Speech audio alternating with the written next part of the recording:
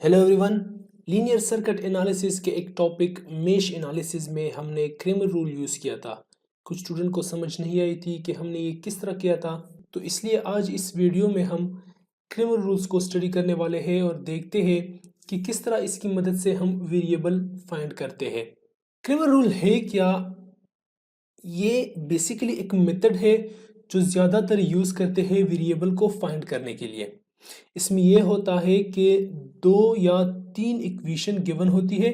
For example एक equation है x plus y is equal to 1, x minus 2y is equal to 4। इस तरह equation हमें given होती है, या तीन इक्वेशन हमें गिवन होते हैं x plus 2y minus z is equal to 0, x minus y plus 3z is equal to 9, और माइनस एक्स माइनस 4x अगर हम कर ले माइनस 4x प्लस वाई, और minus 3z is equal to 10। इस तरह हमें तीन इक्वेशन गिवन होते हैं।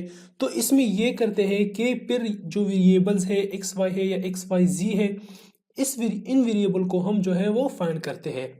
किस तरह करते हैं, कैसे करते हैं, किस तरह क्रेमर रूल्स यूज करते हैं, एग्जांपल से क्लियर हो जाएगा। तो चलिए शुरू करते हैं। Hey there. Subscribe to my channel. And also press this bell icon. पहला एग्जांपल हमें गिवन है 2x minus y is equal to 3, 6x plus 5y is equal to 1। ये दो इक्वेशन हमें गिवन है और हमने फाइंड करना है x और y की वैल्यू। राइट, फाइंड क्या करना है हमने? x की वैल्यू और y की वैल्यू। तो सबसे पहले आपने इक्वेशन को तरतीब देनी है। तरतीब का मतलब क्या है कि अगर आपने यहाँ पर इस तरह इक्वेशन हमें गिवन हो कि 2x minus y is equal to 3 plus 5y plus 6x is equal to 1, तो इसको सबसे पहले आपने तरतीब देना है। क्योंकि ऑलरेडी तरतीब में है तो यहाँ पर कोई ज़रूरत नहीं है, लेकिन यहाँ पर अगर इस तरह हो तो फिर जो है आपने तरतीब ज़रूर देनी है। तरतीब किस तरह कि 6x को पहले यहाँ पर लाओगे और 5y को यहाँ पर, क्योंकि यहाँ पर भी x है तो नीचे भी x होगा, y और y। अब हमने क्या करना है कि इनको मैट्रिक्स में कन्वर्ट करना है। तो मैट्रिक्स में अगर हम कन्वर्ट कर ले तो पहले फर्स्ट कॉलम में जो है आपने 2 और इसके नीचे फिर 6 और इसके बाद -1 और फिर +5। यहाँ पर एक कॉलम और दो रो वाला मैट्रिक्स बनेगा जो कि है वो पहला x और इसके बाद फिर y और यहाँ पर 3 और 1। A matrix A matrix x is equal to ये है मैट्रिक्स b। अब मेन चीज क्या है? मैट्रिक्स x को फाइंड करना। तो एक्स वाई की वैल्यू हमने फाइंड करनी है। तो क्रेमर रूल्स हमें क्या कहता है? अकॉर्डिंग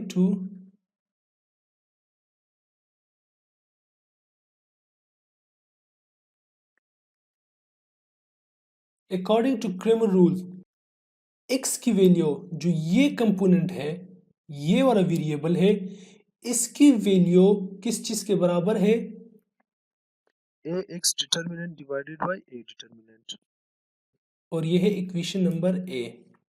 y की वैल्यू जो है वो बराबर है A Y determinant divide by A determinant, और ये है इक्वेशन नंबर बी। ये है इक्वेशन ए और ये दूसरा है इक्वेशन नंबर बी।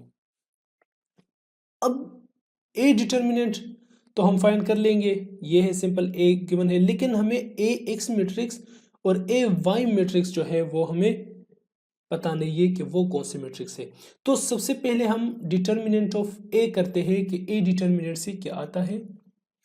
ए डिटर्मिनेंट 2 -1 6 5। तो इसको अगर हम सॉल्व कर ले तो 2 इंटू 5 10 माइनस 6 इंटू -1 तो +1 हो जाएगा, क्योंकि -6 हो जाएगा और -6 इसके साथ +6 बन जाएगा, तो आंसर आ जाएगा 16। तो 16 जो है हमारे पास डिटर्मिनेंट आ गई। याद रहे कि यहाँ पर अगर डिटर्मिनेंट ज़ीरो की इक्वल आ गई, ज़ीरो आ गई, तो फिर ये क्वेश्चन जो है वो मज़ीद सॉल्व नहीं होगा, क्योंकि यहाँ पर determinant not equal to zero है, तो ये फिर सॉल्व हो सकता है। अब ए एक्स क्या है और ए वाई क्या है, ये मैं आप लोगों को समझाता हूँ। यहाँ पर आप लोगों ने जो है वो थोड़ा अटेंशन देना है।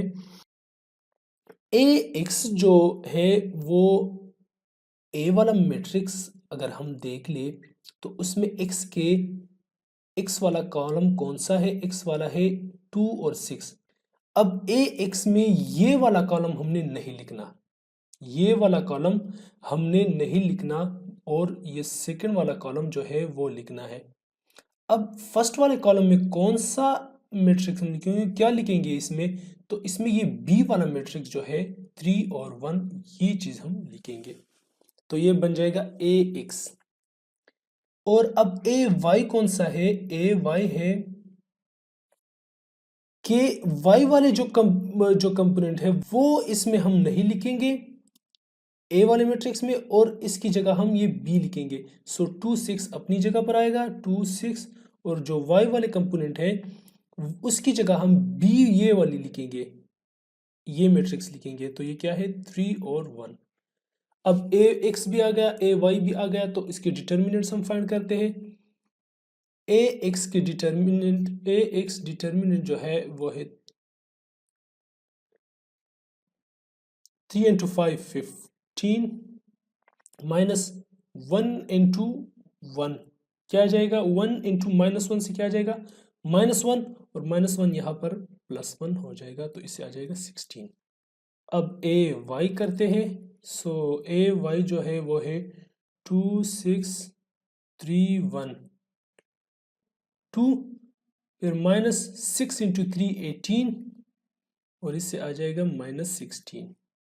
तो अब जो है सिंपली इक्वेशन ए और इक्वेशन बी में वैल्यूज पुट करनी है। सो एक्स की वैल्यू है, ए एक्स डिटर्मिनेंट ये क्या है, 16 है। सो 16 डिवाइड बाई, हमारे पास जो यहाँ पर भी 16 आया है, तो 16 इज इक्वल टू 1, और y की वैल्यू जो है वो है ए वाई डिटर्मिनेंट -16 इंटू 16, इससे आता है -1। x की वैल्यू 1 और y की वैल्यू -1। एक और एग्जांपल करते हैं। अगर 3 इक्वेशन हमें गिवन हो तो वो किस तरह पर हम सॉल्व करेंगे। अब अगर 3 इक्वेशंस गिवन हो तो फिर 3 इक्वेशन वाले को किस तरह आप फाइंड करोगे, उसको हम देखते हैं, राइट। तो यहाँ पर जो है हमें इक्वेशंस गिवन है। सबसे पहला पॉइंट जो है, आपने इक्वेशन को तरतीब देनी है। तरतीब का मतलब क्या है कि इसमें यहाँ पर ये है कि x प्लस, अब यहाँ पर y नहीं है तो y का मतलब है कि 0y है। सो 0y, फिर प्लस 2z इक्वल टू 9। इसके बाद है यहाँ पर x नहीं है तो x का मतलब कि यहाँ पर है 0x plus 2y plus z is equal to 8, और फिर जो है वो है 4x minus 3y plus 0z equal to -2। ये चीज़ हो गई।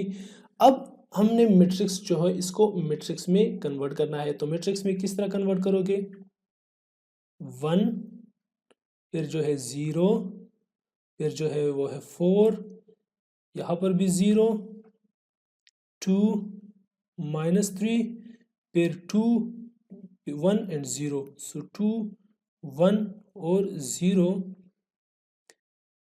इसके बाद जो है वेरिएबल्स क्या है, x है, y है एंड z है।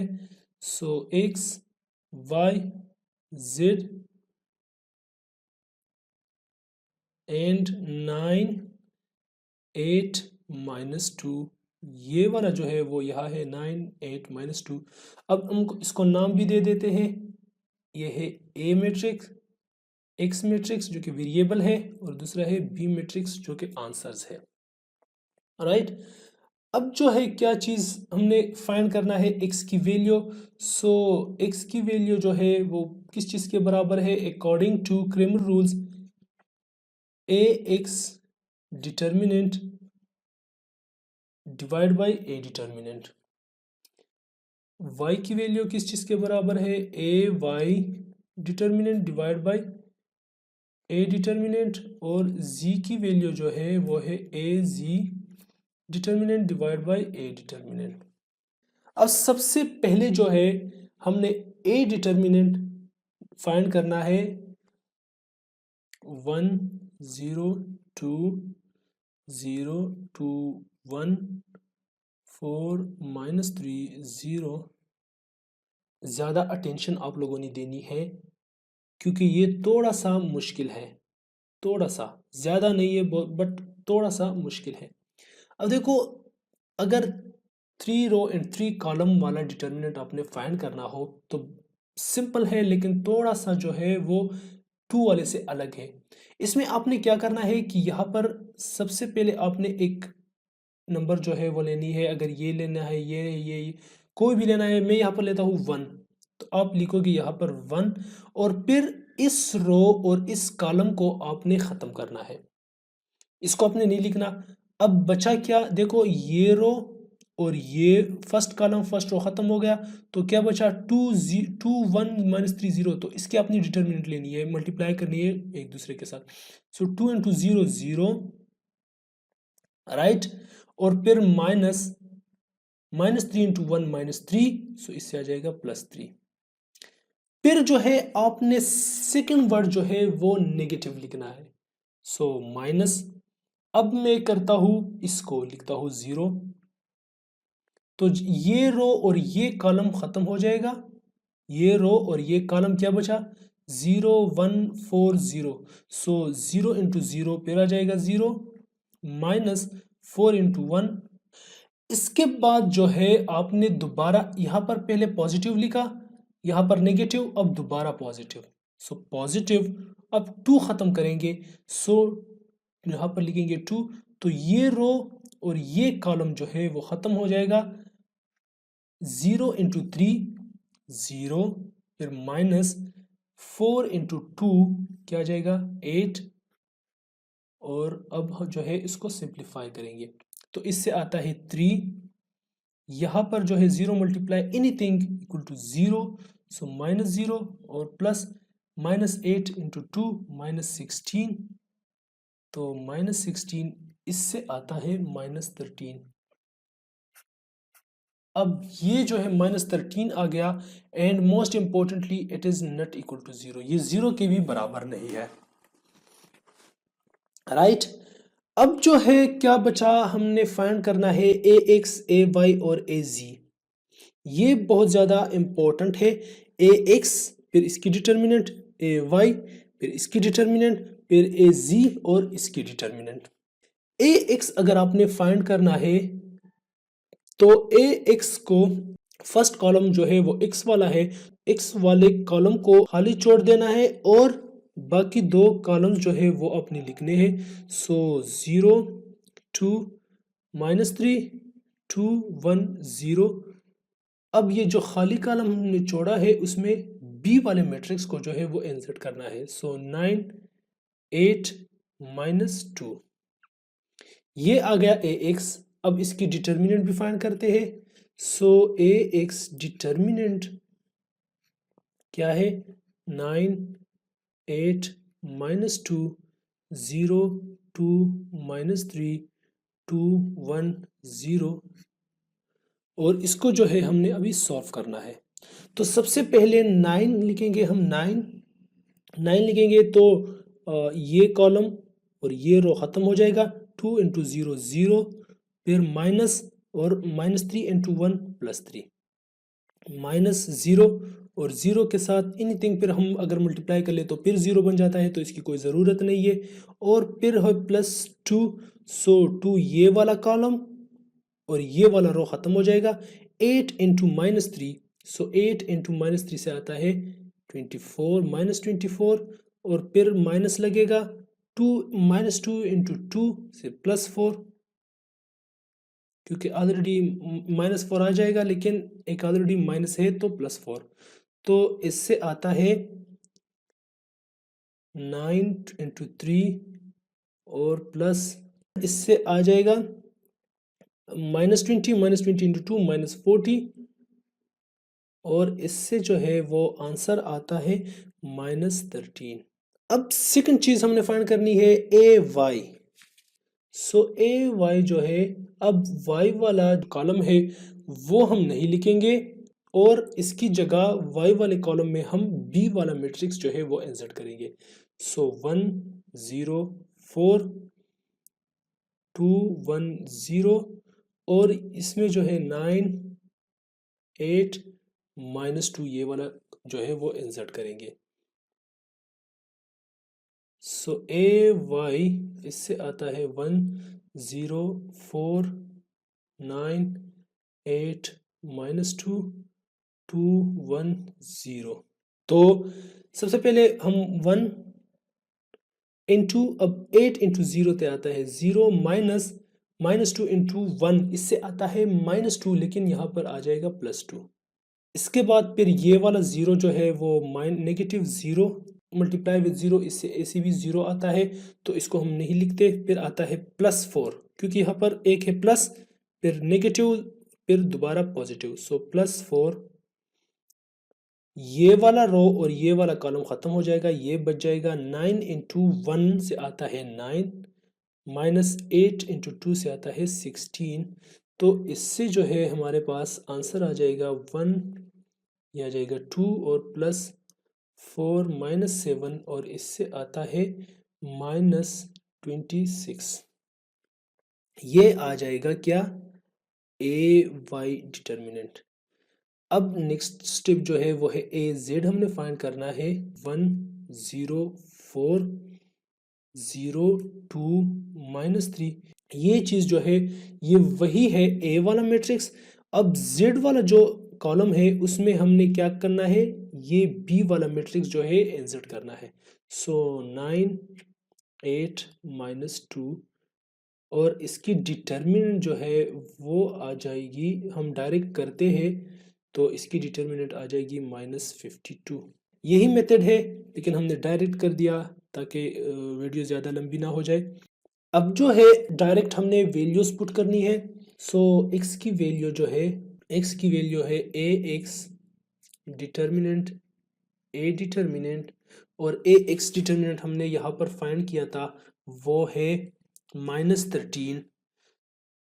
सो ये आ जाएगी -13 डिवाइड बाई, इससे हमने जो है ए डिटर्मिनेंट भी हमने फाइंड किया था वो भी -13 था।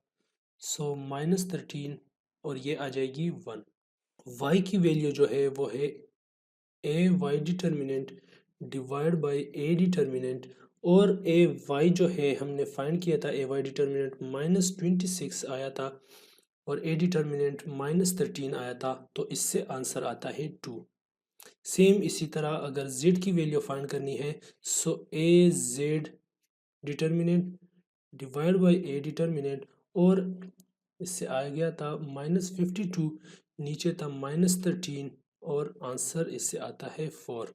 तो x की वैल्यू आ गई, x y z, ये हमारे पास आ गया 1 2 और 4, और ये है आंसर।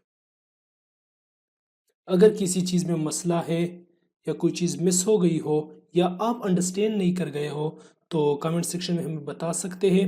इंशाल्लाह मैं फिर अगली वीडियो में जो है आप लोगों को समझा दूंगा कि ये स्टेप मैंने किस तरह किया था। तो अगर आप लोगों ने अभी तक हमारा चैनल सब्सक्राइब नहीं किया है तो प्लीज़ सब्सक्राइब कर ले, और साथ में नोटिफिकेशन बिल भी ज़रूर प्रेस कर ले, ताकि हमारी हर वीडियो की नोटिफिकेशन आप तक पहुँचती रहे। मिलते हैं अगली वीडियो में, तब तक के लिए अल्लाह हाफिज़।